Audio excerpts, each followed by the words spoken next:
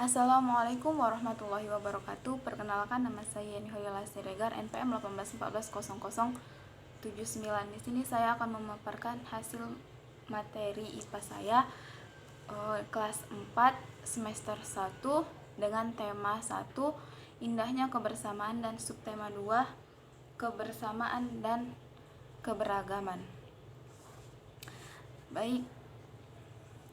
Assalamualaikum anak-anak. Ya, bagaimana kabarnya?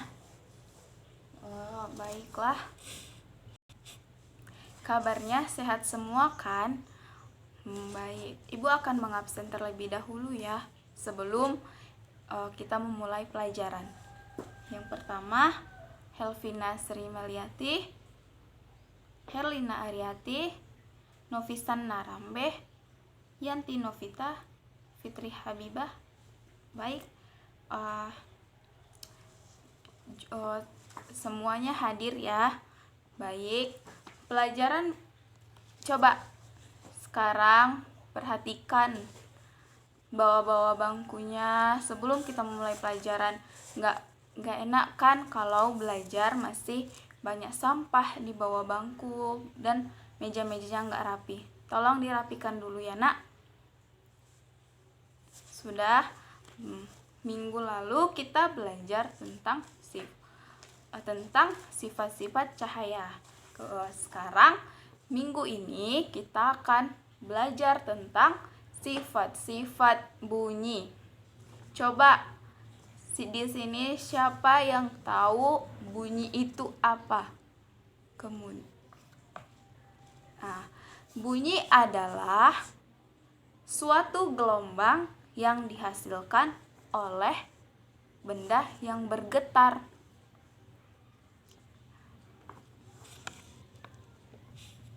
Atau juga bunyi adalah hasil dari getaran suatu benda yang merambat dalam bentuk gelombang.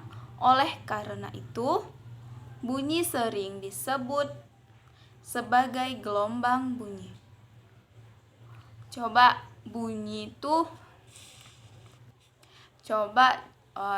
Ibu ingin tahu benda-benda yang menghasilkan bunyi apa-apa saja? Ya, seperti lonceng, alat musik, bel, telepon, dan lain-lain. Sekarang coba catat ya, sifat-sifat bunyi.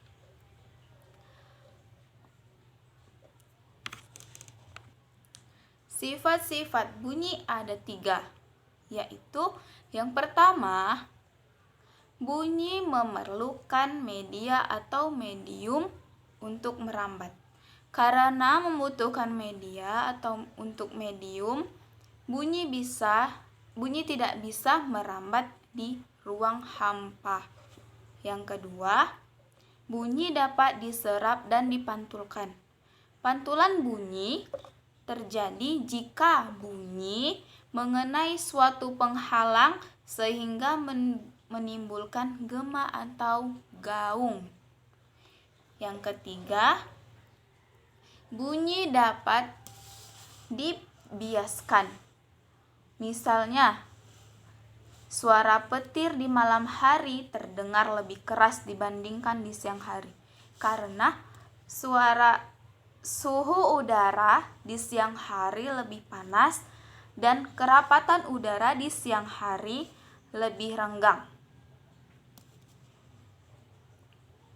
Sehingga suara petir di malam hari terdengar lebih keras. Sudah anak-anak? Sudah mengerti? Kemudian, bunyi dapat merambat melalui 3 media atau medium, yaitu zat padat, zat cair, dan zat gas. Contoh perambatan bunyi pada zat padat. Yang pertama, suara yang terdengar saat kita memainkan telepon, kaleng, dan benang. Siapa di sini yang sering bermain telepon kaleng dan benang. Contoh seperti gambar ini. Kan nanti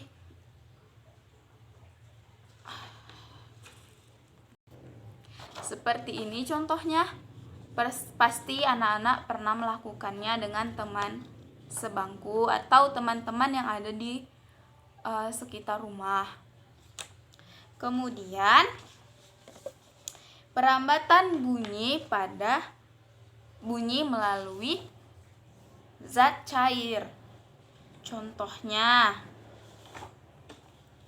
mendengarkan bunyi melalui corong yang ujungnya dimasukkan ke dalam ember berisi air, kemudian embernya dipukul menggunakan batu.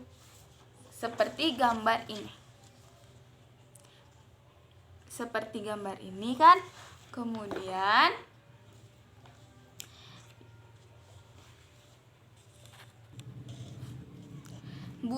perambatan bunyi melalui zat gas. Yang pertama, kita bisa mendengarkan suara teman yang memanggil kita. Apabila ibu menjelaskan begini, pasti kita mendengarkan yang apa yang ibu katakan. Kemudian anak-anak ibu dapat mendengarnya dan dapat mengulang yang ibu katakan. Yang kedua, bunyi lonceng yang dipukul terdengar di lingkungan sekitar. Seperti bunyi lonceng ketika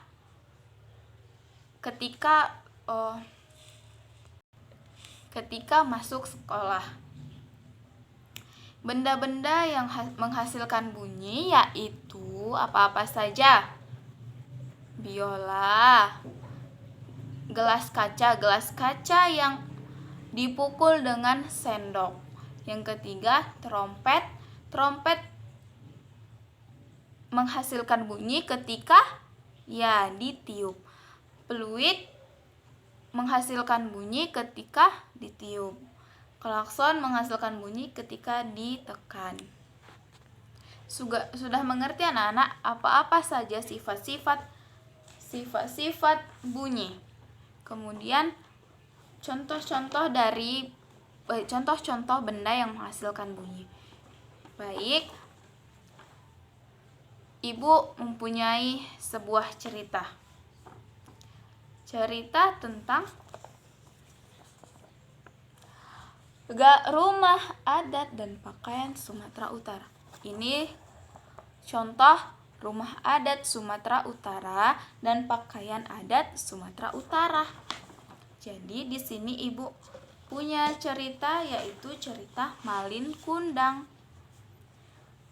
Coba dibuka bukunya, diperhatikan.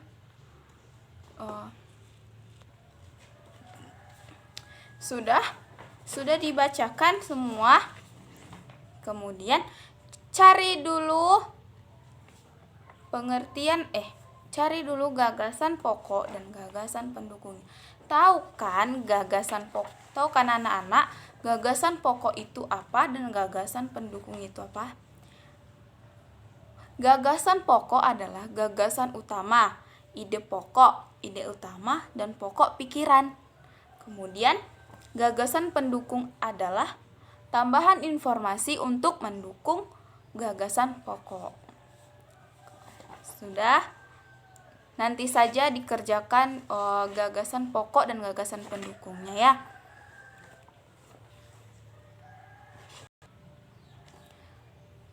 Tadi kita ibu tadi kan menampilkan gambar rumah adat suku Minang. Nih, suku Minang. Rumah adat dan pakaian adat Sumatera Barat. Di Indonesia memiliki keragaman budaya, keragaman suku bangsa, keragaman bahasa, dan keragaman rumah adat pakaian tradisional, senjata tradisional, dan lain-lain. Jadi coba sebutkan keragaman suku-suku yang ada di Indonesia. Pertama, suku Batak. Yang kedua, coba apa lagi? Suku Jawa, Minang, Betawi, Sunda, Bugis, dan lain-lain, masih banyak kan?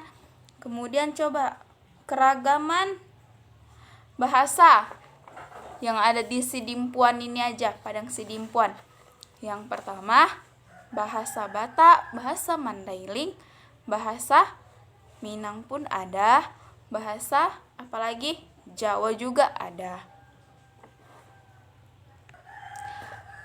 Baik, di situ kan di dalam buku paketnya ada latihan tentang gagasan pokok dan gagasan pendukung tentang cerita Malin Kundang.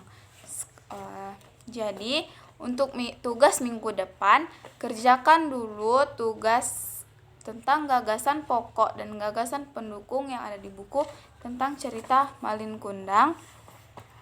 Jadi besok atau minggu depan ibu akan memeriksanya. Sekian. Assalamualaikum warahmatullahi wabarakatuh.